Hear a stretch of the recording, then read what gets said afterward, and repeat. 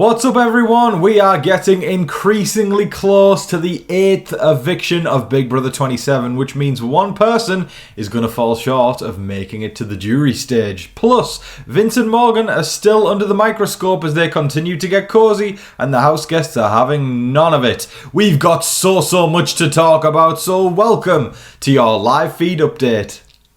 Right before we get started, if you are new around here, make sure to hit the subscribe button. I'm here every single day breaking all of the Big Brother things down for you, whether it's strategy, votes, alleged showmances, drama, you name it. I am here to talk all about it. Plus, I've just finished up coverage of a season of Bachelor in Paradise and also covering the challenge with Amazing Race coverage coming very soon. So there's something for everyone. So hit the subscribe button if you don't want to miss out on any of that. I'm also going to ask you all to hit the like button. It takes all of 0.2 seconds just to click that little thumbs up down there. And as a smaller content creator, those likes, they really do go a long way. I can't emphasize that one enough, gang. And thank you to all the people who've been doing that all season long. And one more thing, I do put a lot of time and effort into these videos. So if you want to support me in any way, shape or form, please consider leaving a super thanks or hitting up my PayPal link in the description. But without further ado, let's get to the update. Question of the day now, folks, and I want to hear your opinions on these house guests. Who is playing the worst game of Big Brother 27? To give people a little bit of context, this question is inspired by Big Brother Unlocked. Boston Rob, Survivor legend, was on Big Brother Unlocked and he was asked who he thinks is going to win the game and who he thinks is the worst player. And for his worst player, he said Lauren. Personally, I'm going to have to agree with him, but I want to know what you guys think. Who is playing the worst game of Big Brother 27? Alright folks, happy hump day. Y'all know what day it is. Y'all know who shows up on a Wednesday. You're going to have to wait a few more minutes until we bring the wonderful Sam on in. But first of all, we have got to talk about Vince and Morgan. This is becoming a daily thing now on these updates. It's kind of wild. It felt like it came out of nowhere, didn't it? Like we hit the halfway point, then all of a sudden it's just like, activate. And it's just so weird to me. If you are new tuning in here or you haven't really been keeping up with live feeds, here's a little bit of context. Vince and Morgan have been getting increasingly close over the past week or so with very long hugs. And I know what a lot of people will be thinking right now is, what's wrong with a hug? But for the folks who we've been talking about it for days on end now, these hugs are lasting a long time. They're lasting for 1 minute. They're lasting for 1 minute and 20 seconds. They're lasting for 2 minutes. And, even the other day when Morgan was resting in bed and Vince was caressing her leg while she was... He's got a girlfriend back home of 7 years, and that's why it's brought up a lot of conversation and a lot of discourse, of making people feel uncomfortable. Not just us, but the house guests. The word love hadn't been thrown into the equation yet until Will brought it up yesterday. He actively called them the lovebirds. That's when you know you're doing a bad social job there, folks. When somebody actively says the lovebirds when he's in a relationship outside the house. For now. Sorry, did I say that? That was... Who said that? Must be the pipes. I just think, dear God, if you're allowing an alleged friendship to get to the point where another house guest is referring to you two as the lovebirds, oh my word. It's just... Do you know that kind of anecdote where they say it's like a car crash? It's so hideous, but you can't help when you drive past just, have a quick look. That's exactly what's happening with Vince and Morgan. And it might come to an end this week, but it also might not. If one of them wins head of household, I feel like it's going to be an even more intense week of explaining how long these hugs are lasting for. Even just from a game perspective, just to detach from the personal feelings of it for a moment, I am in absolute disbelief that they would allow it to get to this point on a social level. You're not doing a good job hiding a friendship or an ally if you are referred to as the lovebirds. I'm going to say that one more time. The lovebirds. Now there was a meeting with the alliance that is called the Judges. Go on, get your laughs out. Get your laughs out. Ha ha ha. Get your comments out. Yeah, Tom said judges, judges, judges. There, I'll say it a few more times just to make you all happy. Judges. Judges. Yes, they all met. The judges met together, and Ashley had a few choice words to say. She honed in on Vince, and she just reminded everybody, take stock right now. I love that she did this, because people need to be reminded this constantly, because they forget it. Vince will do and say anything to stay. And just be aware of that over the next couple days when he is campaigning. Because let's be real, we're hitting Wednesday now, and we're going to talk about, all that stuff that happened today, tomorrow. But I have no doubt in my mind, as soon as I go back to turn the live feeds on, Vince will be scheming and back in his victim mentality of trying to get the house on his side. And I saw a tweet the other day that I really agreed with. And it was somebody who said, I would respect Vince's sleaziness and sliminess about navigating his way through the game and using anything and manipulating anybody with his feelings if he wasn't such a self-loathing, crying, victim mentality kind of person. And I agree with that, and that's how I felt about Nicole Franzel as well. And I kind of touched on that the other day. But what he's doing is impressive. Whether it's ethical or not is out the window. This is Big Brother. Of course, though, you're going to have to face the jury at the end and try and convince them to give you the money after you've done that to them. So that's going to be a whole other different kettle of fish when he gets to the end and has to do that. And that's going to be the real, moment where we see, did it work? Or was it a bad move to do all this? But Ashley reminding everybody is so needed, because these people in this house are just so forgetful of how slimy Vince is and how he will say and do and throw anybody under the bus to get to where he wants. It's crazy. He's got Lauren as his literal lapdog in this game, and she is just completely blind to it. And he would throw Lauren under the bus like that if it meant he got to make it another week. And I love that as a Big Brother player, but also, again, people are falling for it, and Ashley is very aware of it, and she sat on the block next to Mickey and Vince and wants to make sure these people aren't falling for his crap this week, because I'm telling y'all, it's touch and go. Like I said, I'm going to bring Sam in momentarily, and we're going to talk about all the Sam scenarios in terms of who's going depending on who sat on the block after the blockbuster, but it's really not solidified yet that they would get Vince out, which seems like the right decision, right? He's the most solid player out of the three. I mean, Mickey's not going to win a jury vote. Ashley's going to struggle to win a jury vote. But Vince, who is gaming probably more than anybody bar Rachel, take the moment to get him out before jury. I wouldn't put it past him to be able to poison a jury with his whole crying thing. Like, put Vince first in the jury, he's going to be the first to greet everybody as they enter the door. Little cry fest, get them on his side, and bada bing, bada boom, he can choose who wins Big Brother. So it really does, if I was in there, I'd be taking out Vince this week, because Mickey will self-destruct because she's so miserable and negative. Ashley hasn't really shown that her game prowess enough to, I think, we've seen some good reads as live feeders, but sitting in the final two, I don't know if she can get, I don't know if she can win a jury, and I think there's quite a few people in there who just aren't fans of her on a personal level, whereas Vince, he's got the whole world in his hands, and these people are buying it hook, line and sinker. So definitely important of Ashley there to bring it up to the judges. Do not trust Vince. He will say and do anything to get what he wants. He will say and do anything to stay, and we need to stay aware of that. But the real question is, are they going to? I guess we're going to have to find out over the next 48 hours.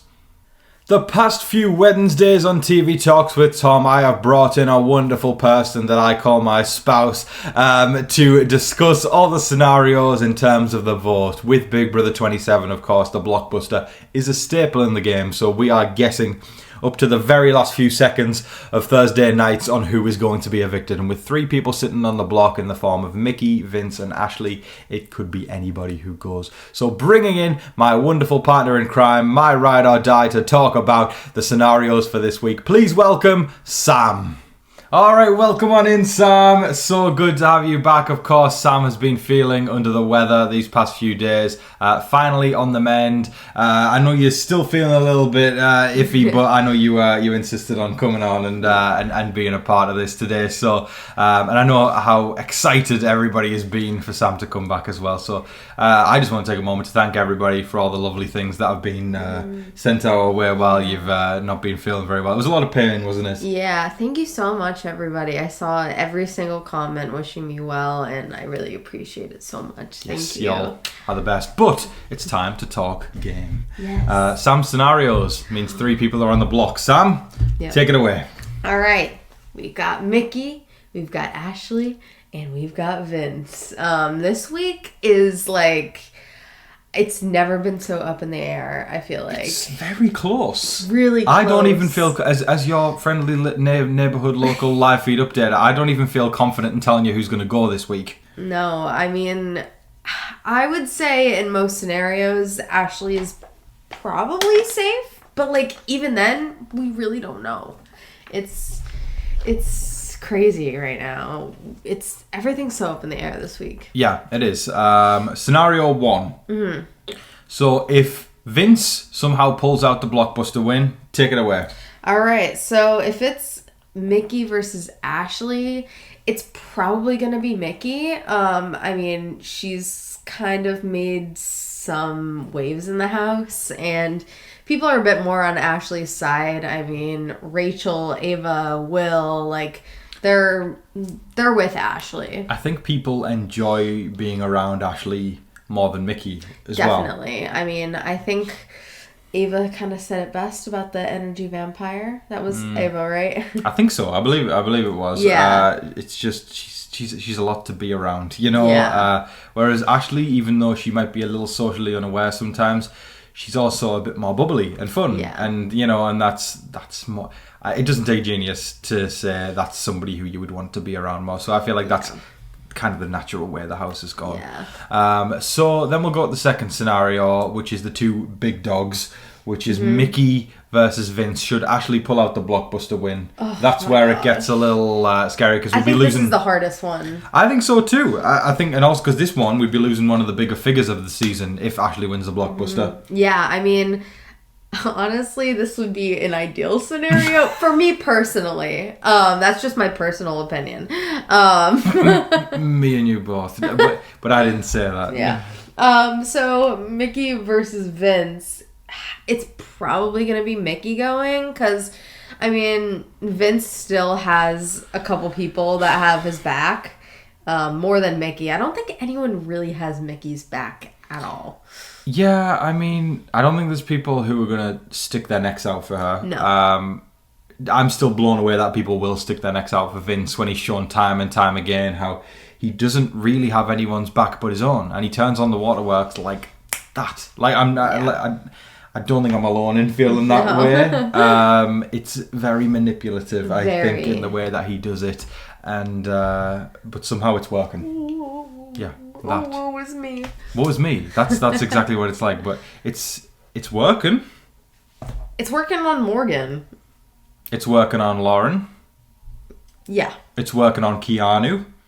Keanu was like even thinking about like trying to get him off the block this week with the veto, and I'm like, yeah, but you just know next week Keanu's gonna be like, never mind, F Vince. Right. But I do feel like it goes to show the strength of Vince's emotional manipulation at the fact that he can make a HOH relapse on a norm of, you know, that he put on the block and even entertain the idea of pulling him off. Right. But I do think Keanu is the most susceptible. Oh yeah, it's like watching it to anything. You know, like when you play the pinball machines, yeah. And it's like flick, flick, and it's going like all over the place, and then the lights are going off, and then all of a sudden it just goes into the gutter. Yeah, that's an average week of being a Keanu fan. Yeah, that is seeing the ball go into the gutter is, oh no, you see it hit the top and it gets all the lights flashing, and you're like, yeah, go Keanu, and then all of a sudden just one hit and it goes down the bottom, and then you're like, oh, Keanu. It does make for an interesting, entertaining. Of course it does. He's a lock for All Stars. I would love to see him on All-Stars. He's a lock for All-Stars 3. He's probably going to be on the challenge, is my bet. Which I look forward to seeing Keanu on the challenge. I think that'll be great. But yeah, Mickey versus Vince. You thinking Mickey? Probably.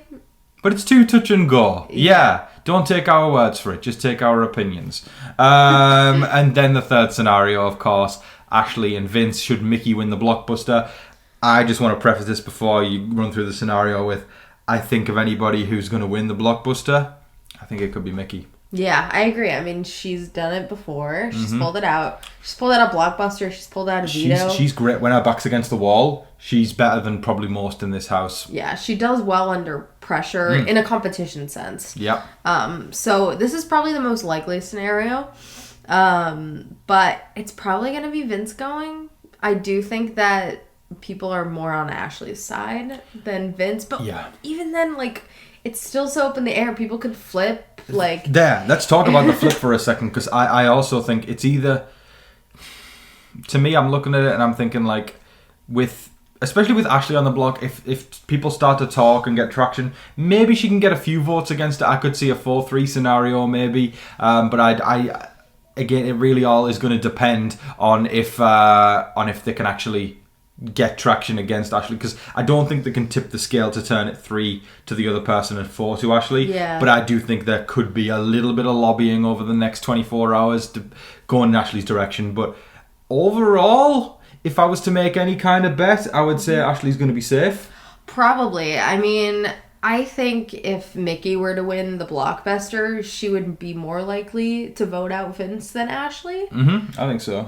Yeah, but also, again, I don't know. This season is the most I don't know season. Yeah. Which I kind of love. But I like expect the unexpected. Expect the unexpected. But I think maybe this season, even though expect the unexpected is a phrase that is being used, I'm going to just throw a pitch out right now that we should rebrand the motto of this season. You know something good's coming here, don't you? I can tell you what it is.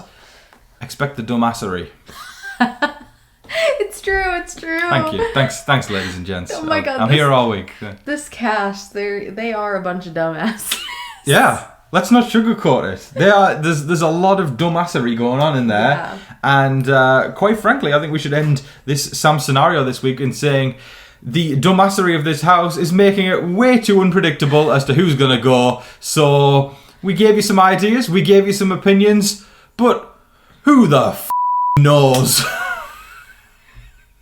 Please, can we get a hand for Sam? As always, so wonderful to have Sam here. I am so glad to see Sam coming on the channel more and throwing their ideas and opinions in front of the screen, because I have these conversations with Sam day after day, and it's just wonderful that you guys finally get to see a bit of it and see the great insight, because Sam's been a fan for Big Brother for a long time, like a really long time, and their insight into the game is just... Love to hear it, and I am so happy that you guys get to hear it too. And also just seeing Sam become more comfortable in front of the camera is just warming my heart so much. We've been doing the last couple of weeks Bachelor in Paradise together. The whole video, it's just 45 minutes of us bantering and chatting, and it's so much fun. So if you feel like checking that out, gang, we just recapped the finale of Bachelor in Paradise. I'll put the card up there now so you can check that out later. Wow, by the way, for the folks who haven't seen Bachelor in Paradise, insane finale, absolutely insane. Somebody came in and accused somebody who was in the final of having a boyfriend outside still, and accused her of smuggling a laptop in and was sending messages to him, and apparently wasn't looking for love, and it was insanity. So check that one out, folks, even if you haven't seen it. It's a lot of interesting commentary on that one, so I hope to see you on that video if you can drop it a like. But yes, we've got another update regarding Vince and Morgan. It's taken up a lot of brain space for the live feed updaters at the moment, and even though we talked earlier in the video about how Will called them the lovebirds, Rachel also clocked them, and she said this line: "We broke up one showmance and we got another." Just what you want to hear, right, when you got a girlfriend at home. Oh my word, a girlfriend of 7 years, I may add. I have no clue what's going to happen with those guys after the season. That's their business, but all I can do is put myself in Vince's girlfriend's shoes and just feel heartbroken. what's going on here. I wouldn't be getting that cozy with somebody. I just wouldn't. And Rachel's right. They took Riley and Kat out, and just as soon as they were gone, the loading bar started, and Vince and Morgan are... I don't want to call them a showmance yet. I haven't called them lovebirds yet. I might be thinking it. It's just insanity. I mean, I've been in shock watching them. These long hugs and these caresses of the legs. It's not platonic, you know. I did that demonstration the other day where I stopped for 30 seconds and I hugged the camera. And I said, double that, that's how long the hug was. And then they did a 2-minute one. So then I said, quadruple that. So somebody said in the comment section, I can't remember exactly who it was, but it was perfect. They said, I don't even hug my family members for that long. That should sum it up. And I know everybody's different, and some of us might hug our family members longer than others, but still, that's a long time. You've got to admit that for the average person, that's a long freaking time. So, yeah, these connotations of lovebird and showmance, wow, it's dragging, it's putting a big-ass anchor. You know, an anchor on a ship? It's putting a big anchor on Vince and Morgan's game. I'm going to honestly say the anchor's going to end up on Morgan, because... that's just my prediction, because I just think these people are so dumb in terms of how they don't wake up to Vince and give Vince chance after chance after chance after chance. He can sell them out, and then Keanu's like, let me use the veto on you. Insanity. And it seems like Vince just gets away with anything that he wants to. But Morgan, on the other hand, doesn't. So that's why I feel like Morgan might get the anchor on this game. But these people need to realise that Vince is a slime ball in this game, and they need to realise that. He is sliming all these people. He will throw any of them under the bus, just like Ashley said. He will turn on the waterworks when he needs to and work it to his advantage. And nobody seems to want to stop him, apart from Rachel. So, and Ava was a little touch and go there. She tried to get him as well. Ava was talking to Lauren the other day, and then Lauren fed everything right back to Vince. Once again, Lauren, this is why people don't take you seriously. There's a war in this house, and it's really going to come down to who's going to take out Vince versus who's not going to take out Vince, and that's where the power is going to be going into head of household this week. Is it going to be another week where Vince gets to slide through and live royally up in the HOH room with whoever doesn't want to touch him, or if it's him and he doesn't, obviously he's not going to go for himself, or is it going to be somebody who's actually going to take the swing at him successfully? But he's actually got to make it through this week first, and we're going to find out if he does tomorrow night. Now, there was an important line that Lauren said at one point in the day that I want to bring up, because I think this just speaks to everything I've been talking about over the past good majority of the time we've been doing live feed updates this year. I was hopeful at the start when I noticed certain things in Lauren's game. I said, I hope she's going to turn it around. I hope, this time still. But now we're getting to the point where, there's just over 3 weeks left in the game. It's or just under a month, maybe I should say. And she hasn't shown any sign of turning it up or switching things up, and it's very disappointing. And she said this: why do people think they can do whatever they want and I won't care? I'm going to answer that for you, Lauren. Because you have set a precedent that you don't care about your own game. You've set a precedent that you are going to play for somebody else. You've set a precedent that you are not here to play Big Brother for yourself and win the money. You're here to play it for somebody else. That's why people think they can do whatever they want and you won't care, because you've shown that you don't. I feel like it's as clear as day. Wow, I clocked her into next week there. I'm pretty proud of my analysis there. It really, as sad as that sounds, it is true. She is not playing for herself. She feeds any kind of information she's got back to Vince rather than doing it or using it for her own gain. And then she gets power in the form of a HOH or veto, and guess what? She doesn't do what she wants to do. She doesn't even know what she wants. She does what Vince wants. She waits for Vince to tell her what to do, or she waits for somebody else to tell her what to do. So then when she turns around and says, why do people think they can do whatever they want and I won't care? It's because you've shown them time and time again that you don't care when somebody does something, because you only seem to care for Vince's game. It is a really sad reality to say that. I don't take any pleasure in saying that, but that is the best way I can answer that question. And to me, it's as clear as day. People can do whatever they want and think you won't care because you don't play for yourself. you've proven to people time and time again that that is the case, and that's why they continue to do it, Lauren. That is all of your live feed updates for today, folks. I thoroughly hope you all enjoyed watching. As always, a pleasure to have Sam beside me discussing the votes. It's a lovely staple, and I just love seeing all the outpour of love for Sam every single week. It just warms my heart. I'm just scrolling, seeing, I get a lot of comments, and it's hard to interact with every single one, but just rest assured, I do take a look at every single one, and it just warms my heart seeing all these lovely things that people say about Sam.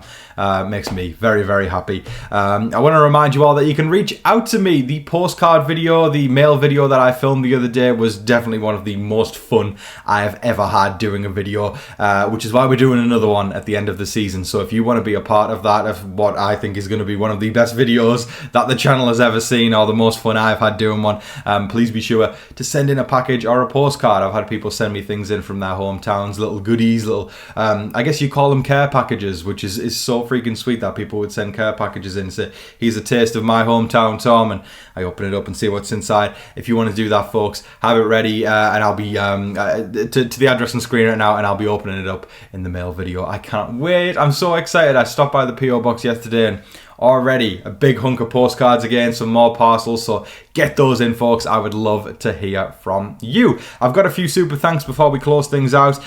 First up is the wonderful Mary Ellen McAuliffe. Thank you so much, Mary Ellen. I hope you have an amazing day, my darling. I hope you're looking forward to the eviction tomorrow night. Have a lovely one, and I hope you're having a nice start to September as we enter the fall. Thank you so much, Mary Ellen McAuliffe. I appreciate you. Next up is the great Jess is a Mess, a name I will never get over. I love it so much. Jess is a Mess says, Tom, I can't wait for the mail video. It's being edited right now, and it's so good so far. No, seriously, I can't wait for the mail video to ask you 2 questions. Out of all the postcard locations, which place do you now want to see the most that you haven't been to? Ooh, I feel like I would spoil it if I said it. Let me think. There was so many cool places because I got several from certain states, and what I'm going to do is a leaderboard of which state is going to lead, and I can't reveal which state's leading yet, but it changed when I went to the PO box yesterday to find more, so another one's taking the lead now, and I can't say what it is, but there was some really also cool postcards from outside the country. I got some cool ones from Canada, several from Canada, and some, I'm not going to reveal exactly where yet, but some over on the Europe side of things. It blew my mind. They were the really cool locations to me. I'm being really careful because I don't want to spoil all the states we got them from, but there were several there, and when you watch the video, you will see the ones that blow my mind the most. And question 2, what's your favourite place that you've already been to that you got a postcard from? Well, because I haven't been to many places in America. I've been to a few states. I would have to say Florida. Every single time I've gone to Florida, I've had a great time. I love the weather there. As somebody who's a Brit who deals with the rain all the time, getting that humid temperature of tropicalness is lovely. I also love New York. Got a couple of postcards from there. And as far, anywhere. I'll tell you what, we didn't get a lot from New England, despite me being in New England. So I just want to say right now, because I'm going to do a call to action soon of the states that we still need, but I'm going to say right now, New England Nation, rise. Get off your asses, go grab a postcard and send it my way. See, I feel like I can be blunt with New Englanders because I feel like we're birds of a feather. But yes, send in New Englanders. I want to hear from you guys so much. But yeah, I would say New York or Florida is the answer to that one. And Jess is a Mess says, cheers to you and Sam. Cheers to you, Jess. I appreciate you ever so much. Next up, we've got the great Mama, Walk Off 9. Marty says, I'm trying to figure out how we get down to 3 players for the finale when we have 10 house guests left. Yeah, great point. There has to be a triple eviction or 2 doubles, right? My math ain't mathin', Tom. What are your thoughts, first of all? Love that phrase. I love to say the math ain't mathing. The great Mimi from Big Brother 25 said that. She was lovely on her season. But yeah, the math isn't mathing at all. I do think a triple is coming. I think we're going to have a triple and a double